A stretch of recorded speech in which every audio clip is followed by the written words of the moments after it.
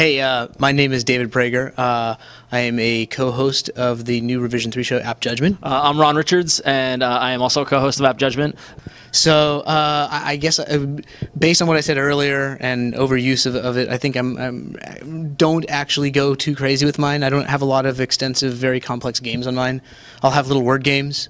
Play a game called Scramble, where all it does is show you a bunch of letters, and if you're sitting there and need to kill some time, you can see how many words you can make up based on a board of letters. I have another game that I reviewed on the show. I think it was one of the first two episodes that came out, where you can play chess against your friends somewhere.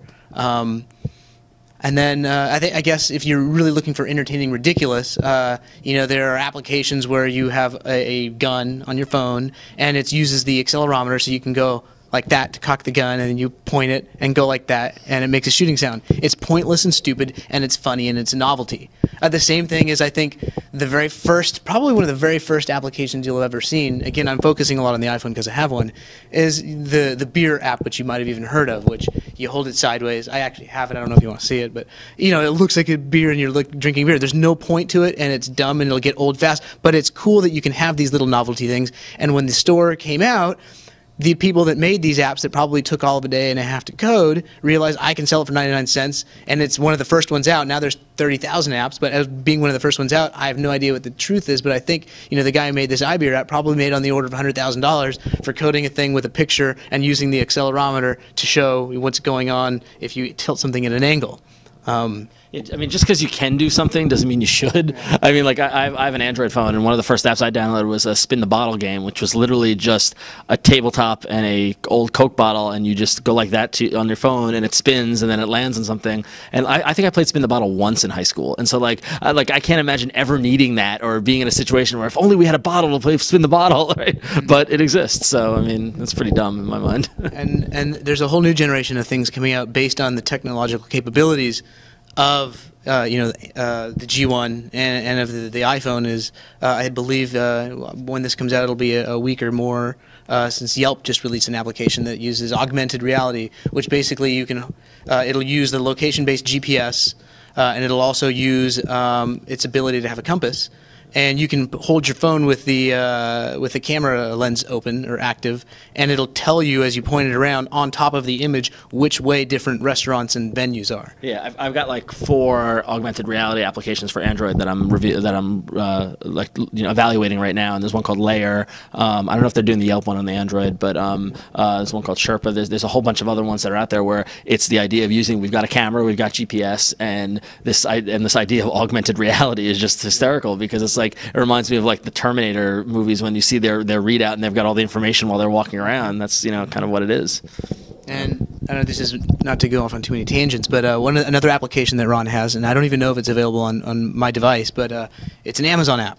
And I'm pretty certain that if he took it out right now and took a picture of the camera that you're holding, within a few seconds it would probably tell you what kind of camera it was and send you a link to where you could buy it on Amazon, which is pretty cool. It's on the iPhone too. It's also on BlackBerry, but they don't have the camera support on BlackBerry. But yeah, no, you can take a picture or scan a barcode, and it will come back within seconds to minutes to tell you what it is and how much it is, and then let you order it straight from the phone. And I'm an Amazon addict anyway, so it's dangerous for me. I think I might have to uninstall it just in case. for my phone, I have an app called Flashlight, which basically just fills the screen with white and turns all the brightness all the way up. And I probably use that app more than any other app on my thing. Like when being at a club and looking for I drop my keys, or like when I get home and I'm fumbling for the light or whatever. So it's funny how that same, I agree, a flash if it's not pointing the other way, but applied in the sense of a flashlight becomes very, but I know for the Android there's a strobe one, which is the same kind of technology. It just goes in, it blinks and changes colors, and I don't see any point of that other than want to have a rave in your car. So when we shoot this AppJudgment show, we're not taking right now, and I don't think it's a secret we're giving away, but we don't take video out of our devices. We come up with strategic ways to mount the device so that it's effective, so that you can demo the device at the same time as shooting it, and so you can get a good-looking camera shot of what you're doing, and then possibly take audio if you need. And so I actually use an application, at least when I'm setting mine up, and I use it's called iLevel. and so I want to make sure it's exactly right on the up and down and on the side by side. And so I use a level because it has it has an accelerometer. And so when I'm mounting my iPhone onto what we use to shoot it against, I launch this application so I can get the little bubble to be lined up so I know that I'm properly set. It's a wonderful tool for obsessive compulsives. You used it for a pool table once, didn't you? Yeah. We were. There's a bar across the street from Revision 3, and I guess they had a band in there, and they moved their pool table, and they're trying to adjust the pool table so that you don't want your billiard balls going into the wrong direction.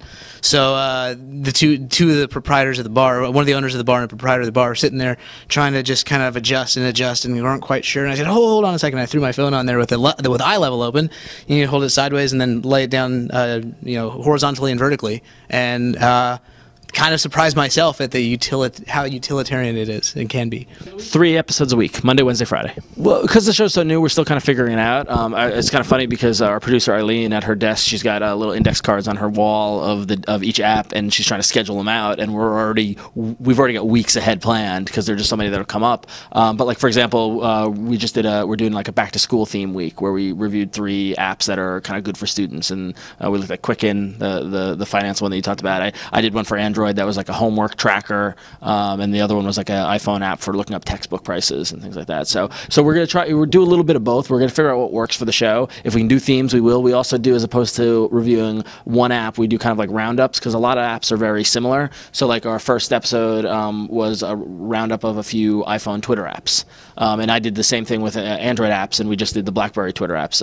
So we'll probably, like for these augmented reality ones, as opposed to reviewing each individual one, I might just do an episode about augmented reality, and here are 3 applications that you do it. So, and then sometimes it's a little obvious something that you want to cover. For example, there's enough users of Facebook that Facebook just released a pretty significant update, and so we are shooting an immediate review of the new Facebook app for the iPhone. A lot on the iPhone here, because it just came out. A lot of people are going to use it, and we'll make it skip the line of some of the things that we have planned that are maybe more evergreen. And so we'll look at things that are trending, that are popular through the list of through the places where you download the apps, as well as just think of what we think is interesting, what we think is particularly bad, if it's bad in an entertaining way, and then what we might find of particular interest.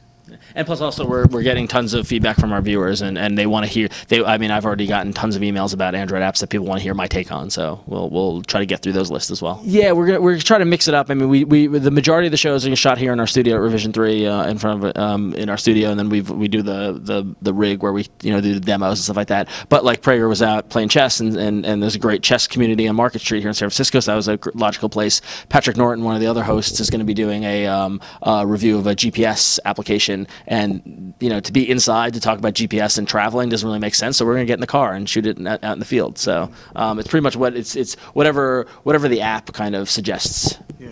And then due to again being a startup and having the resources that we have, we've put together a formula so that it's efficient for us to be able to shoot, edit, and release 3 episodes a week.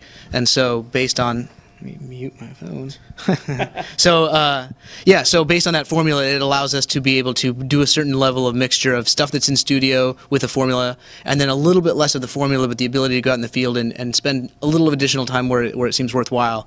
For example, TomTom's coming out with a brand new GPS in-dash functionality for using the turn-by-turn directions on the iPhone, and it's a pretty big deal because it's the first one that really comes with something that you can mount on the dashboard that talks to you, that really functions, like the kinds of GPS products that you'd purchase specifically to mount on your dash. So something like that, we'll spend a little more time on producing and creating something in the field versus following a formula of just shooting in a studio.